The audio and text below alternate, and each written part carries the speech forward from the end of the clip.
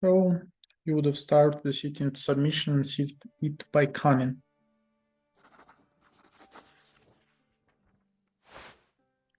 You decide it's time for you to answer your El Qua. Proper way to bring down the castle of Anisotti would have been through a prolonged siege, you say. Bands of Maga could no longer feed the warriors of Charmilanides that stayed through the rebellion, and when their supplies eventually ran out, they would have opened the gate from the inside. Sir Croix looks at you, studying you attentively. I agree with what you're saying, young Brante. In a sense, had the Imperial forces done that, they would have lost fewer men, kept the palace of Anisote intact. Yet, you are missing my other point here. Milanida's army would have continued fighting, even emaciated by the siege, even with their numbers dwindling.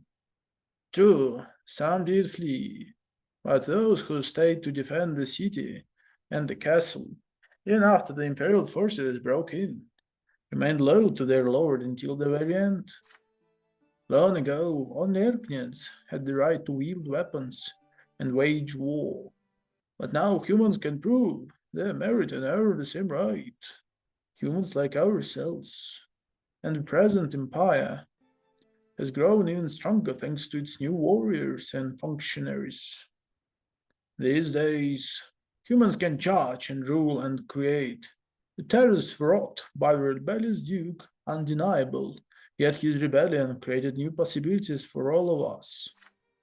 And this, young man, is the moral of the story. Charmilanides was defeated, but not by the clergy and their prayers, not even by the noble militias assembled by the archdukes. He was vanquished by the imperial legions, a unified army with clear regulations and ranks, and a clear chain of command. An army that is strong in discipline and loyalty to the emperor. His eyes finally move away from you, and back to the rest of the young men in the hall. But nobody else dares to argue with the battle-hardened officer. The evening continues, so Croix shares some of his war stories, each more astounding than the last. For the rest of the night, you are out of the barren center of attention, so you join Thomas and the other cadets in sipping wine and enjoying his tales. You return to the college lawn after midnight. You often recall Baron Croix's story about the rebellion of Charmilanides after that. The rebellious duke lost the war, and yet he brought about drastic changes for humans and the entire empire. Okay. So we're gonna be a really good warrior. Oh yeah, now we are more cunning, like we are dangerous to the conspirator. Okay, good.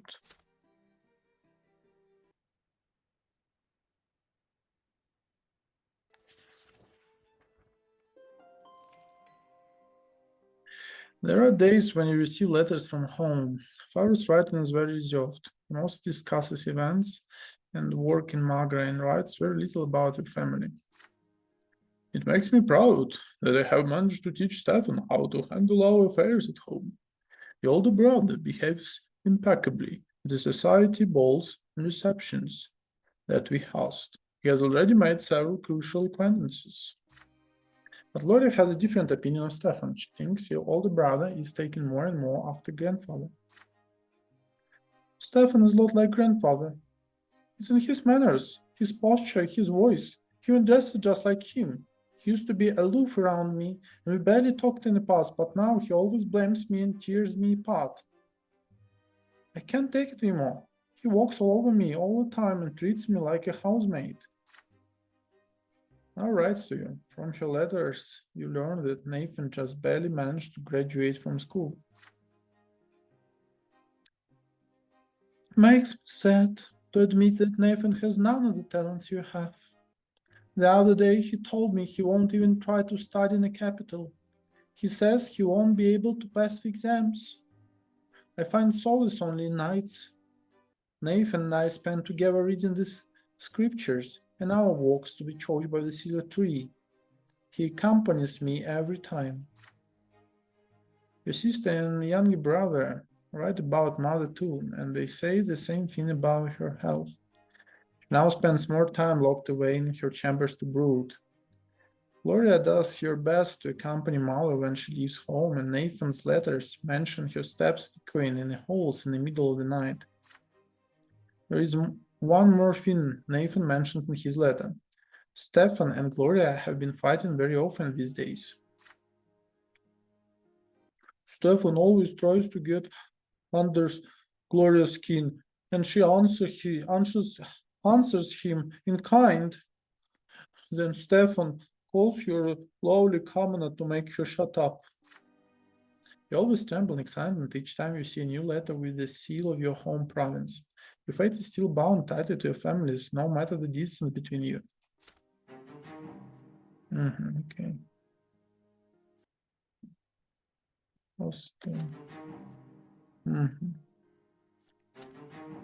Okay.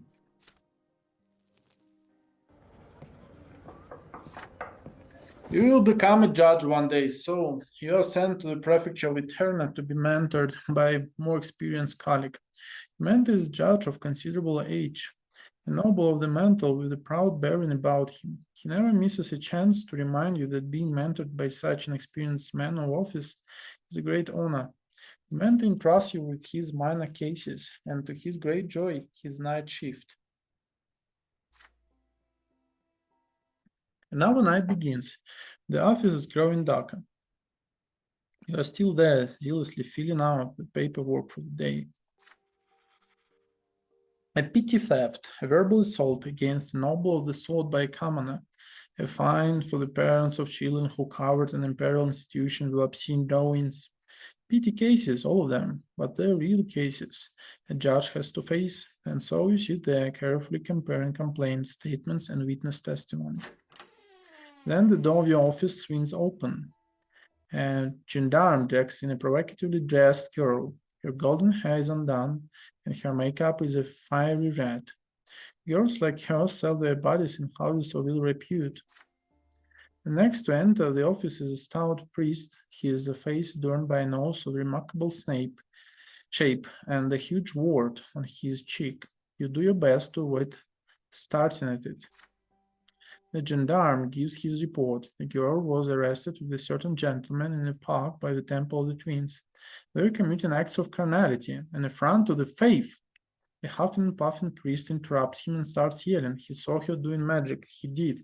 The gentleman was enthralled by the girl, and he was glowing like a lamppost. A gesture for the priest to stay quiet and ask if the gendarme can prove this. The gendarme only shrugs. He didn't see anyone glowing. Here's the girl for her sacrilegious conduct alone. The man in her company was a noble, so the gendarme couldn't bring himself to arrest him. He does, however, remember his name. The priest is huffing and puffing and louder now. It was magic, he screams. You must refer this case to the Inquisition. This witch was loose on the streets of the empire's illustrious capital, seducing good men with her wild charms. Girl stays quiet all the while. Her eyes are emerald green, twinkling with gold as she looks at you. When she does speak, her voice is soft like smooth velvet. My name is Alice, Your Honor. All I did was obey the noble gentleman's wish. He wanted my affection right by the temple, and I dared not oppose him. I did not defy my lord, did I? The wench looks up and meets your gaze as she says these words. Her eyes reflect the candlelight in the dusk, sending sparks of gold dancing across the walls. The gendarme stands awkwardly by the door, sighing. The priest goes off on an hour rant. You tell him to be quiet. The day is not over yet. You must decide how to resolve this unusual case on your own. The law says a judge must investigate all circumstances related to a case. You know the name of the nobleman who was seen with this girl in a throes of passion. The gendarme was afraid to question him, but you are a future nobleman yourself, a young judge. Surely you can find a way to resolve this matter with discretion and get the information you need from the nobleman. But perhaps the suspicious lady of evening, Alice, is at the heart of the matter. You have no doubt she will reveal her true colors if you question her. If the priest was right about her using magic, the girl's fate is sealed. Your Honor. Look up from your desk and into the eyes of the beautiful Alice, and you suddenly feel as though a divine light is shining upon you. This emotion flows like a river, it lifts you up. This is more than beauty, more than passion. This is much, much more. Will you resist this call or will you heed it? So we can release Alice. The girl must not end up in chains. You will find a legal way to free her. We can interrogate Alice. Something is off about this streetwalker. You have to find the truth, even if it's the last thing you do in this life. Or find the nobleman. You find the nobleman who was allegedly in Alice's company and question him delicately about the incident. So what will you do?